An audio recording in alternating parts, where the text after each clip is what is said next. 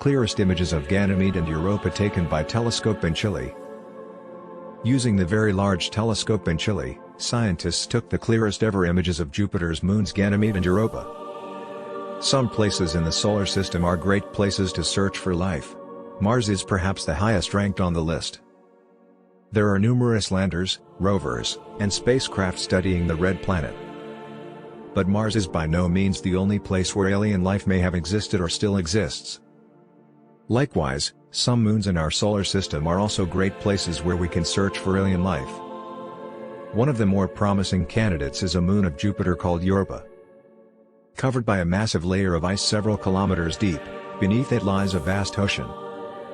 This ocean is likely a sweet spot for life, according to astronomers.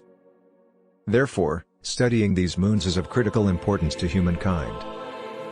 Various spacecraft have taken great photographs of the moons.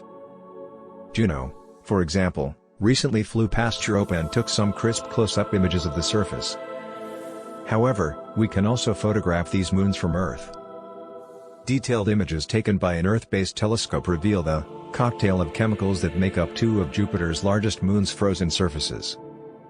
The University of Leicester School of Physics and Astronomy has released two new images of Europa and Ganymede. These moons are expected to be visited by exciting new missions to the Jovian system in the future. The images are among the sharpest ever acquired from a ground-based observatory, and provide new insight into Jupiter's moon's chemical composition, including the long rifts that cut across Europa's surface, revealing new geological features. In the Galilean moons family, Ganymede and Europa are two of the four largest moons orbiting Jupiter.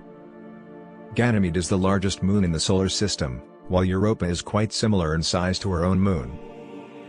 Using Chile's Very Large Telescope, VLT, the Leicester team, led by PhD student Oliver King, observed and mapped the surfaces of these two distant moons. As a result, a reflectance spectrum was produced for Europa and Ganymede, by measuring the amount of sunlight reflected from their surfaces at different infrared wavelengths.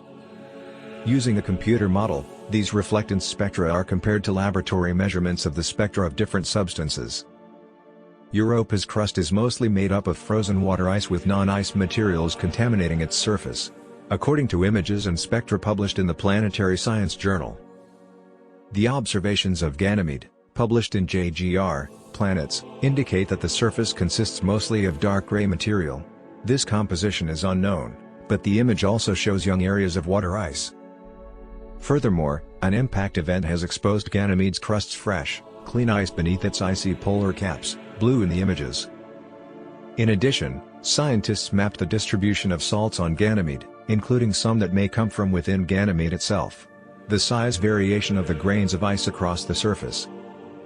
Located in northern Chile, the Very Large Telescope has mirrors over 8 meters across, making it one of the world's most powerful telescopes.